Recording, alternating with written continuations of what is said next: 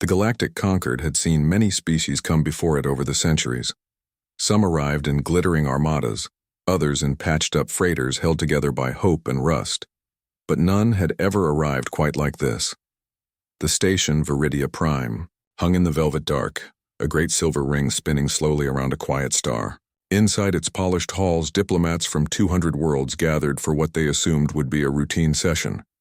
At the top of the agenda, the formal introduction of humanity, a species recently deemed marginally spacefaring by Concord standards. Most council members expected a timid delegation, perhaps a few nervous scientists or a polite ambassador with rehearsed lines about peace and cooperation. After all, humans had only left their home system a few decades ago. Their ships were slow, their weapons outdated, and their history, according to archived records, was soaked in war and division. To the elder races, Earth was a child still learning to walk among giants. High Arbiter Kalarn of the Veln adjusted his ceremonial mantle, his scaled fingers tapping impatiently on the arm of his obsidian chair. He had argued against granting humans an audience at all. They are loud, he had told the inner council, emotional, unpredictable. They broadcast their dramas across the stars like street performers begging for coins. But protocol demanded inclusion, and so the Concord had relented. On the Adem observation deck, dozens of alien eyes turned toward the docking bay.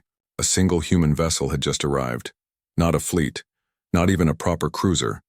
Just one ship, sleek but unadorned, painted a dull gray with no markings, save for a small blue and white emblem near the bow. It bore no weapons ports visible to scanners, no escort, no fanfare. It simply drifted in, matched rotation with the station, and locked into Bay 7 with mechanical precision. A few minutes later, the bay doors hissed open. From the ramp emerged one man. He wore a plain navy blue uniform without medals or rank insignia. His boots clicked softly against the polished floor.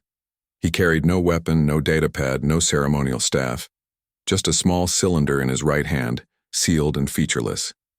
His name, according to the manifest, was Daniel Hayes. He walked alone, eyes forward, expression calm. No entourage, no bodyguards, no nervous glances at the towering, multi-limbed, feathered, or crystalline beings watching him from the gallery above. Murmurs spread through the chamber like ripples in still water. "Is that all?" whispered a delegate from the Glinth Collective, their voice modulator crackling with disbelief. "Perhaps the others are hiding in the ship," offered a Zillion minister, their 6 eyes blinking in unison. But no one else came. Daniel reached the center of the grand concourse, where a circular platform marked the speaker's place. He stopped, looked up, took a slow breath. The chamber fell silent. Even the ambient hum of climate systems seemed to hush. High Arbiter Kalarn leaned forward. "Human Envoy," he said, his voice deep and resonant, translated instantly by the chamber's linguistic field. "You stand before the Galactic Concord. State your purpose."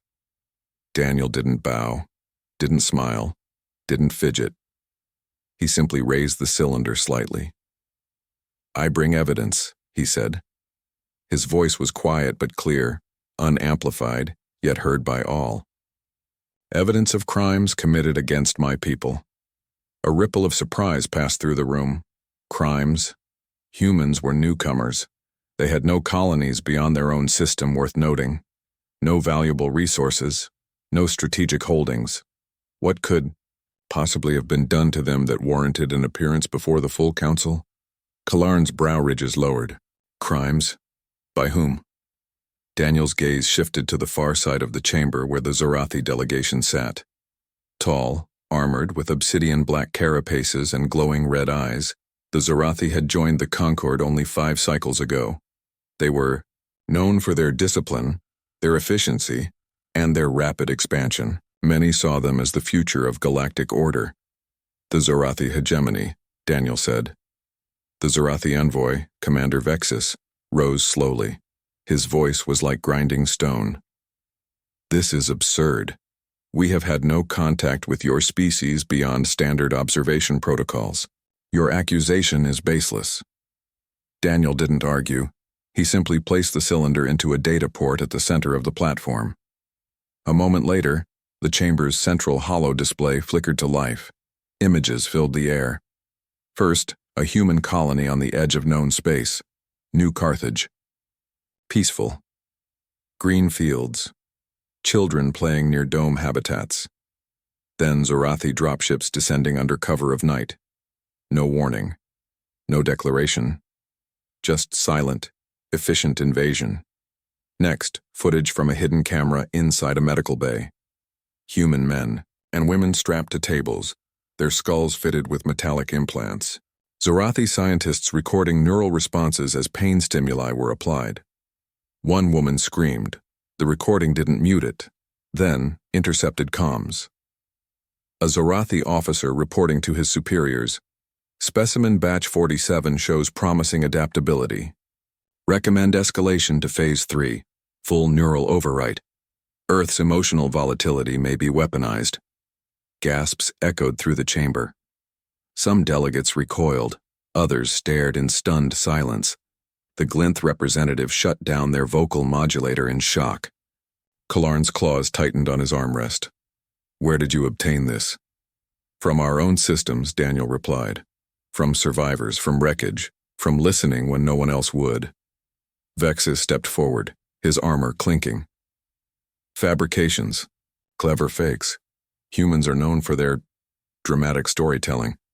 But the evidence was too detailed, too consistent. The timestamps matched Zorathi patrol routes. The tech shown was unmistakably theirs. Daniel turned to face the full council. For 3 years, we've watched your ships pass near our borders. We've heard your broadcasts about peace, unity, justice.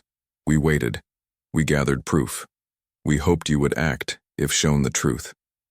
He paused, looked each delegate in the eye as best he could across the vast room. But you didn't. So now we come not to ask. We come to warn.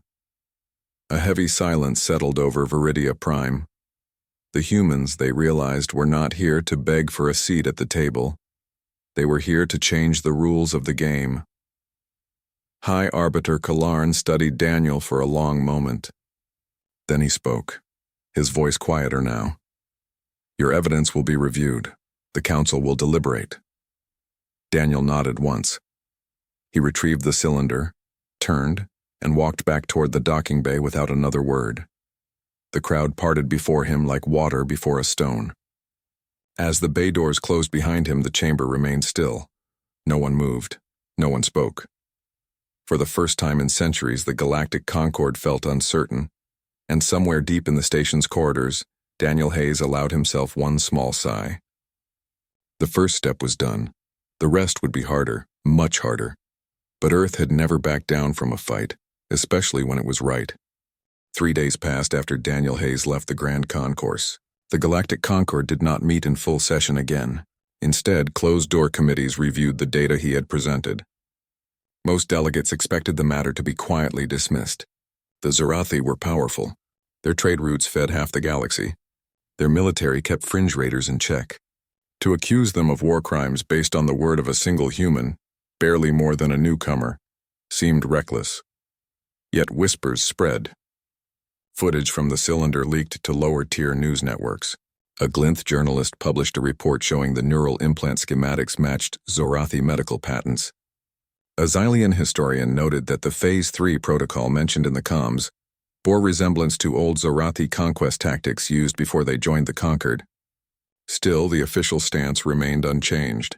Inconclusive evidence, likely human propaganda. Daniel stayed aboard the UNS Resolute, docked in Bay 7. He spoke to no one. Alone, watched Earth's news feeds through encrypted channels.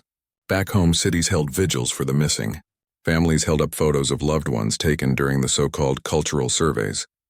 Zorathi ships that had visited remote colonies under Conquered-approved observation status. No one had questioned it at the time. Why would they? The Conquered guaranteed safety. On the 4th morning, a summons arrived. Not from the full council, but from High Arbiter Kalarn himself. Daniel accepted without hesitation. He was led through quiet corridors to a private chamber lined with living stone that pulsed faintly with bioluminescent veins. Kalarn sat alone, his usual regalia replaced by simple gray robes. He gestured for Daniel to sit. "You surprised us," Kalarn said, his voice stripped of its usual authority. No species comes before the Concord with war footage and walks away silent. "I didn't come to start a fight here," Daniel replied. "I came to stop one out there." Kalarn studied him. "Your people are emotional, quick to anger. The records show centuries of self-destruction. Why should we believe you now?" "Because we've learned," Daniel said. "We've watched you. We've listened. We know how you work. You wait for proof beyond doubt. But by then it's too late. The damage is done. The people are gone." He leaned forward slightly. "We didn't bring this to you because we needed your permission. We brought it because we hoped you'd do the right thing." Kalarn was silent for a long moment. Then he asked, "What do you want?" "Justice," Daniel said. "Not revenge. Not conquest. Just accountability. If the Zorathi are innocent, let them prove it under neutral oversight. If they're guilty, let them answer for it." Kalarn sighed, a sound like wind through dry reeds. "The Conquered does not move quickly, and the Zorathi have allies, powerful ones." "I know," Daniel said. Before Kalarn could respond, an aide rushed in, whispering urgently into the Arbiter's ear. Kalarn's eyes narrowed. He dismissed the aide with a wave. "Another human ship has entered the system," he said. "Unregistered. It bypassed all checkpoints. It's broadcasting on an open channel." Daniel didn't react outwardly, but his pulse quickened. That wasn't part of the plan. On the chamber's wall screen, a live feed appeared. A small freighter, old, patched, flying Earth's colors, hovered near the station's outer shield. A woman's voice came through, clear and steady. "This is Captain Lisa Moore of the freighter Dawn Chaser. I carry 37 survivors from the New Carthage raid. They bear Zorathi neural implants. Medical scans are attached to this transmission. We request immediate asylum and a public hearing." The chamber fell silent. Kalarn turned to Daniel. "You knew about this?" "No," Daniel said honestly. "But I'm not surprised. Lisa Moore was not military. She was a cargo pilot who had once delivered grain to New Carthage. When the colony went dark, she'd gone looking. Found the survivors hiding in caves, smuggled them out past Zorathi patrols. Now she was here, risking everything. Within the hour, the Conquered had no choice but to act. The survivors were brought aboard. Medics confirmed the implants. Scans showed trauma consistent with forced experimentation. One boy, no older than 10, flinched at the sound of Zorathi speech, even translated. The council reconvened. This time, the mood was different. Delegates who had scoffed before now sat stiffly. The Glinth representative demanded an emergency vote. The Zillions called for Zorathi facilities to be inspected. Even neutral factions leaned forward in their seats. Commander Vexus stood again, but his confidence had cracked. These people could have been implanted by anyone. Humans are known to stage events for sympathy. "Then let independent medics examine your labs," shot back a delegate from the Moran Union. Vexus refused, said it would violate Zorathi sovereignty. That refusal sealed it. Daniel was called to speak again. He walked to the center platform, not with the cylinder this time, but with a simple data chip. "This contains logs from our deep space buoys," he said.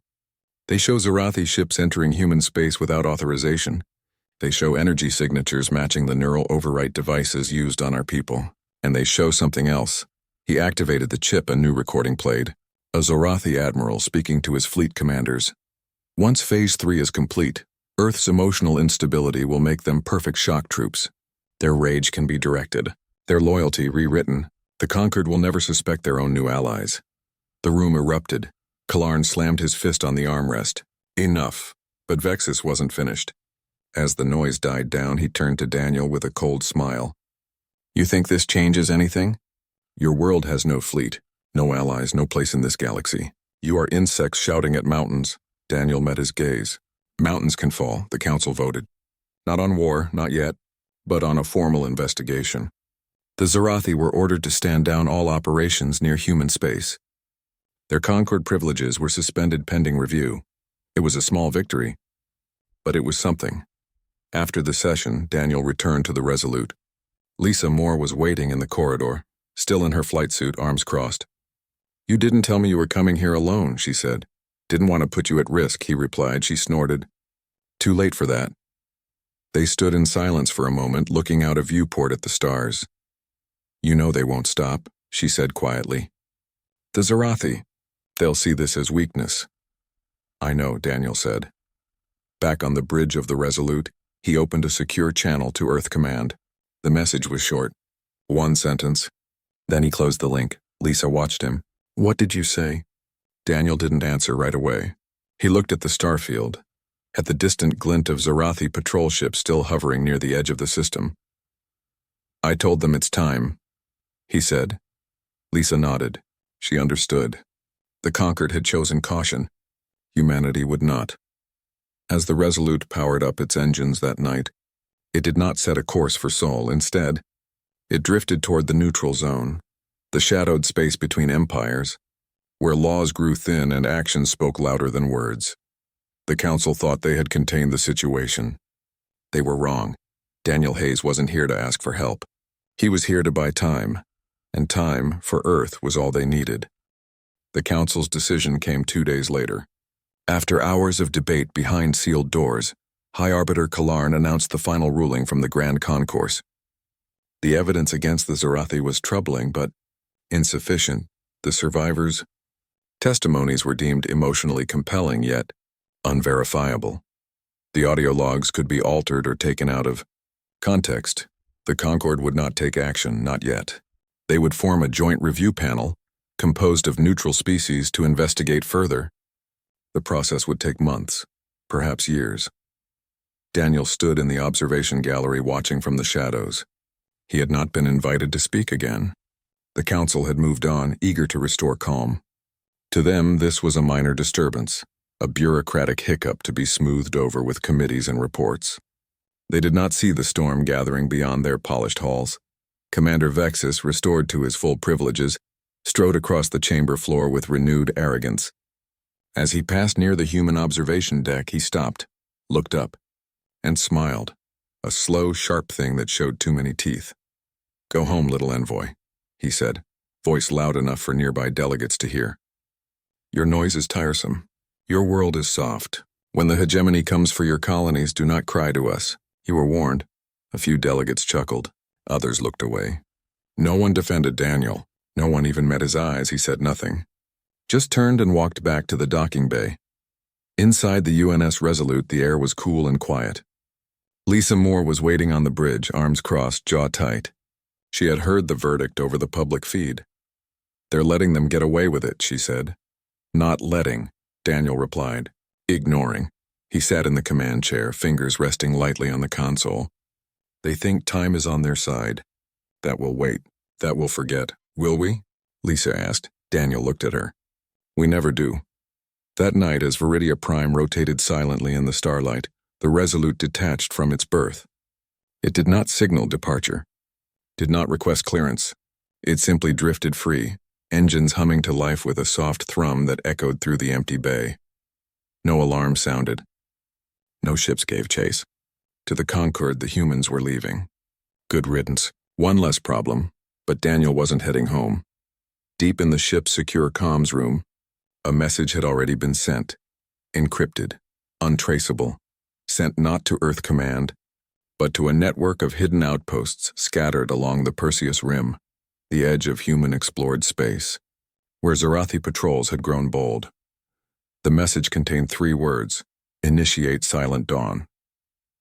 Across 12 remote stations, crews who had waited in silence for months sprang into action. Stealth frigates painted black and cooled to near-ambient temperature powered up their drives. Sensor ghosts, decoy signals designed to mimic asteroid drift, activated along known Zarathi patrol routes.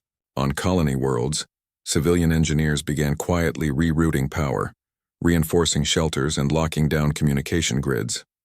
None of this was visible to the Conquered. None of it showed on official star charts. Humanity had learned to hide, to prepare, to fight quietly. Back on Viridia Prime, life returned to normal. Delegates attended banquets. Trade agreements were signed. The human incident was filed under resolved pending further review. But in a quiet corner of the station's lower levels, a young Zillion aide named Telly, copied data from the human evidence logs onto a personal drive. She had watched the boy from New Carthage flinch. She couldn't forget it. That night, she sent the files to an independent news syndicate outside Concord Control. The truth was starting to spread, slowly, quietly, like smoke before fire. Meanwhile, the Resolute jumped to the edge of the neutral zone. There it met two other human ships, small, fast, armed with railguns and electronic warfare suites. No names on their hulls, no flags. Just numbers E7 and E12. Daniel met their captains via secure link.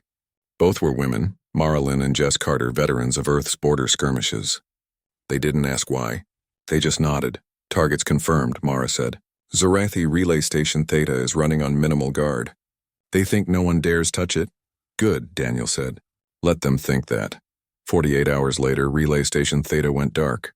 Not destroyed. Not attacked in the usual way.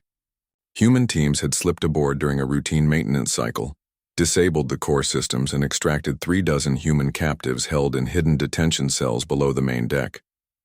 The Zorathi didn't even realize they'd been breached until their comms went silent. Then came Station Kappa, then Outpost Virel, each strike precise. Each rescue verified. Each operation leaving behind a single data chip with footage of the freed prisoners and a simple message. We are watching. The Zorathi scrambled. Patrols doubled. Communications tightened. But they were fighting ghosts. Human ships used old asteroid tunnels, solar flares, and decoy signals to vanish and reappear without warning. On Viridia Prime, confusion turned to concern. Reports of unidentified raiders flooded the Concord channels. The Zorathi demanded action. Called it piracy. Terrorism. But then the rescued captives began speaking. Their stories matched the earlier evidence. Worse, some carried partial memory logs, recovered through neural scans that showed Zorathi plans far beyond Earth. They spoke of Phase 4, using rewritten humans to infiltrate other species, to turn allies against each other. Kalarn summoned Daniel again. But the Resolute was gone. Only a final message remained in the station's public inbox. It read, "We came not to beg. We came to warn. You chose not to listen. Now we act." The Arbiter stared at the words for a long time. Then he closed the screen and walked to the observation deck. Far in the distance, near the Zorathi border, a faint flash of light marked another silent strike. He did not smile. He did not frown. He simply whispered so low no one heard. "What have we done?" Back on the Resolute, Daniel stood on the bridge watching star maps update in real time. Red markers blinked out one by one as Zorathi outposts fell silent. Green markers appeared as rescued humans were ferried to safe zones. Lisa stood beside him. "They'll call us aggressors now." "Let them," Daniel said. "Names don't matter. People do." He thought of the boy from New Carthage, of the woman who screamed in the lab, of every human taken, broken, used. The Conquered wanted peace. But peace without justice was just another kind of prison. And humanity had spent too long in chains to accept that again. The Resolute turned toward the next target. Engines hummed. Stars blurred. The war had not been declared yet, but it had already begun. 3 weeks after the first strike, the Zorathi hegemony was bleeding. Not from massive fleet battles, but from 1,000 small cuts. Relay stations went silent. Supply convoys vanished. Patrol ships returned with damaged sensors and confused crews, reporting ghost signals and impossible ambushes. The humans were everywhere and nowhere. They struck fast, rescued their people, and disappeared before reinforcements arrived. The hegemony's pride was wounded. Worse, their secrets were leaking. Footage from the rescued captives spread like wildfire beyond Concord channels. Independent news nets broadcast interviews. A former teacher described how Zorathi scientists tried to erase her memories of her children. A young engineer showed the scar where his neural implant had been removed. Their pain was raw, real, and impossible to ignore. On Viridia Prime, the mood shifted. Delegates who once dismissed humanity now spoke in hushed tones. Protests formed outside the station, small at first, then growing. Young Glinth students held signs with human faces. Xylian poets recited verses about stolen minds. Even some Veln citizens long loyal to Kalarn's order-first policies began to question. High Arbiter Kalarn watched it all from his private chamber. He had tried to maintain neutrality, but neutrality felt like complicity now. He reviewed the latest reports. Human forces had disabled 7 Zorathi outposts, freed over 3,000 captives, lost only 2 ships, both scuttled by their own crews to avoid capture. The precision was unnerving. The discipline, unlike anything the Conquered expected from emotional humans. Then came the message that changed everything. It arrived not through official channels, but on every public feed in the station. A live transmission from the edge of Zorathi space. Daniel Hayes stood on the bridge of the UNS Resolute, calm as ever. Behind him, rows of rescued humans, men, women, children, stood in silence. No cheers, no anger, just presence. "I speak now not as a petitioner," Daniel said, his voice steady, "but as the representative of the United Earth Alliance in a state of war." The word hung in the air like a blade. "We declare formal war upon the Zorathi hegemony for crimes against humanity. For abduction, for torture, for attempted mental enslavement. We do not seek conquest. We do not seek revenge. We seek only to stop them before they harm others as they harmed us." He paused, looked directly into the camera. The Concord chose silence. "We choose action. If your laws cannot protect the innocent, then we will." The transmission ended. No fanfare. No threats beyond what had already been done. Panic rippled through Viridia Prime. War declarations were ancient history. The last one had been over 400 cycles ago. To declare war unilaterally, without council approval, was almost unthinkable. Yet here it was. From the species they had called primitive, Commander Vexus stormed into the Grand Concourse, armor clanking, voice booming. "This is an act of piracy.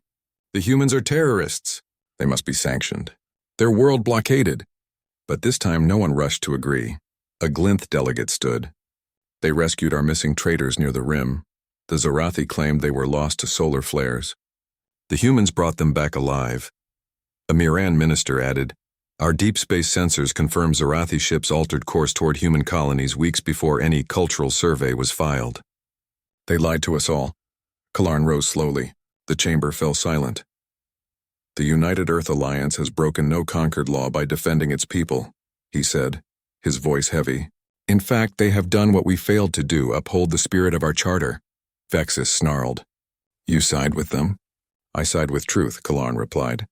That evening, the council met in emergency session, not to punish humanity but to re-examine the Zorathi. New evidence had surfaced, leaked by a low-ranking Zorathi technician who could no longer stomach the experiments. It showed plans to expand Phase 3 to other species deemed emotionally volatile, including the Glinth and the Miran. The vote was swift. The Zorathi hegemony's membership was suspended. All trade halted. All military movements restricted. Neutral inspectors would be sent to their facilities within the week. It was not war, but it was condemnation. Meanwhile, far from Viridia Prime, human forces pressed their advantage. With Zorathi fleets distracted by internal chaos, Earth launched Operation Clear Sky. Small teams infiltrated communication hubs, broadcasting Zorathi atrocities to occupied worlds. On the planet Varel 9, a Zorathi-controlled mining colony, workers rose up after seeing footage of human captives. They overthrew their overseers and declared independence, citing the human example. More surprisingly, ships from minor species began appearing near human strike zones, not to fight but to watch, to learn. A Glinth freighter delivered medical supplies to a hidden human field hospital. A Xylian scout ship shared Zorathi patrol routes. No formal alliance, just quiet support. Back on the Resolute, Daniel received a new message. This one was personal. From High Arbiter Kalarn, it read, "The Council wishes to speak with you. Not as petitioners, as equals." Daniel read it twice. Then he sent a reply, "We will come, but we will not stop fighting until the last captive is free." He turned to Lisa, who stood by the navigation console. "They're finally listening." "About time," she said, but there was no joy in her voice. Only weariness, because they both knew the hardest part was still ahead. The Zorathi would not surrender quietly. Their core worlds were fortified. Their admirals were proud, and somewhere in their central labs, the neural overwrite machine still hummed. But humanity had something the Zorathi never understood. They did not fight for glory or territory. They fought for each other, for the boy who flinched at sharp sounds, for the woman who still dreamed of her children, for every voice the hegemony tried to silence. As the Resolute turned toward Viridia Prime once more, its hull scarred but its course true, Daniel looked out at the stars and thought of home. Earth was small in the grand scheme of the galaxy, but it was theirs, and they would defend it, not with rage but with resolve. The war was no longer just humanity's. It belonged to anyone who believed some lines should never be crossed, and the galaxy was starting to agree. The UNS Resolute returned to Viridia Prime not as a beggar, but as a force the galaxy could no longer ignore. Its hull bore the marks of battle, scorched panels, patched armor, the ghost of laser burns, but it flew straight and proud. No escort was needed. No warnings were issued. The station's defense grid parted for it like water. Inside the Grand Concourse, the air was thick with tension. Delegates sat not in their usual order, but clustered in uneasy groups. The Zarathi delegation was gone, recalled to their homeworld in disgrace. In their place sat empty chairs, a silent reminder of fallen trust. High Arbiter Kalarn stood at the center of the chamber, his usual sternness softened by something new. Respect. Daniel Hayes walked in alone, as he had the first time. But now every eye followed him, not with pity or amusement, but with something close to awe. He carried no cylinder this time, no data chip, just the weight of what his people had done. Kalarn spoke first. You declared war without our blessing. You struck without warning. You broke every rule of galactic conduct. He paused. And you were right. A murmur ran through the chamber. Some nodded. Others looked down, ashamed. The Zarathi labs have been inspected, Kalarn continued. The evidence is worse than we imagined. They were not just experimenting on humans.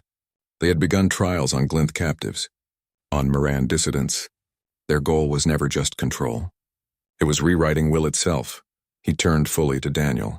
The Concord revokes the Zarathi hegemony's membership. All assets are frozen. All ships are to stand down or be treated as hostile. And we offer you this: a permanent seat on the Council, a voice in the laws that shape our galaxy. It was the highest honor the Concord could give, a place among the elders, a chance to help build the peace humanity had just bled for. Daniel listened quietly. Then he shook his head. I thank you, he said, but Earth will not take a seat today. Silence fell. Even Kalarn looked surprised. We came here not to join your table, Daniel explained. We came to remind you why it exists. Justice isn't granted by councils. It's defended by those who refuse to look away. He looked around the room. You have your laws. We have our people. Right now there are still captives in Zarathi hands, still ships hunting in the dark. We cannot stop to sit while they suffer. Kalarn studied him for a long moment. Then he nodded slowly. Then go. Finish what you started. But before Daniel could leave, a Zillion delegate stood. Wait. She held up a small device. This is a full map of Zarathi black sites, hidden labs, secret prisons. My people gathered it over years. We were too afraid to share it before. She handed it to him. Take it, use it well. Others followed. A Glinth captain offered spare fuel cells. A Moran engineer sent schematics of Zarathi shield frequencies. No speeches. No grand promises. Just quiet acts of support. Daniel accepted each gift with a nod. No thanks were needed. Actions spoke louder. Back aboard the Resolute, the crew gathered on the bridge. Lisa stood at navigation. Mara and Jess linked in from their frigates. Even Captain Lisa Moore, still in her patched flight suit, gave a thumbs up from the med bay, where she helped care for the newest rescues. Daniel plugged the Zillion map into the main console. Red dots bloomed across the star chart, dozens of hidden locations deep in Zarathi space. Each one a cage, each one a chance to bring someone home. Set course for Site Theta 9, he said. Full stealth. We move at dawn. As the ship turned away from Viridia Prime, Earth Command sent a final update. The Zarathi core fleet was regrouping. They knew the end was near and they would fight dirty. But human colonies were no longer alone. Glinth patrols now watched their borders. Zillion scouts shared early warnings. Even former neutral worlds sent supplies. The war was changing. It was no longer just humanity versus the hegemony. It was the galaxy waking up. Weeks passed. Strike after strike. Rescue after rescue. At Site Theta 9, they found over 200 captives, including children born in cells who had never seen the sun. At Lab Viral Prime, they destroyed the central neural overwrite core. freeing thousands from mental control. Each victory chipped away at the Zorathi's power and their myth of invincibility. Then came the final blow. A Zorathi admiral, cornered and desperate, tried to activate a doomsday protocol, a signal that would trigger implants in every captive, turning them into living bombs. But human hackers working with Glinth techs jammed the signal just in time. The admiral's ship was disabled, not destroyed. He was taken alive to face trial. The hegemony collapsed from within. Commanders turned on each other. Colonies rebelled. Within a month, the Zorathi government surrendered unconditionally. Peace came not with a treaty signed in gold ink, but with the quiet hum of rescue ships returning home. On the last day of the war, Daniel stood on the Resolute's observation deck, watching a fleet of civilian transports carry the final group of freed captives toward Earth. Among them was the boy from New Carthage. He no longer flinched at loud sounds. He smiled when he saw the blue-green curve of his home planet. Kalarn sent one last message. It was simple. Just 2 words, a well done. Daniel didn't reply. He didn't need to. As the Resolute powered down its weapons for the first time in months, the crew gathered on the bridge. No cheers, no celebration, just silence and the soft glow of stars outside. They had not sought glory. They had not asked for a seat at the table. They had simply done what was right, and in doing so they had changed the galaxy. The Concord would rebuild. New laws would be written. But everyone knew the truth now. Humanity was not weak. They were not primitive. They were the kind of species that, when pushed too far, did not break. They stood taller. And if anyone ever forgot that, they would only need to remember the day a lone human envoy walked into the Grand Concourse, looked the galaxy in the eye and said, "We choose justice." The stars burned on. And somewhere far below, a child laughed under an open sky. Free at last.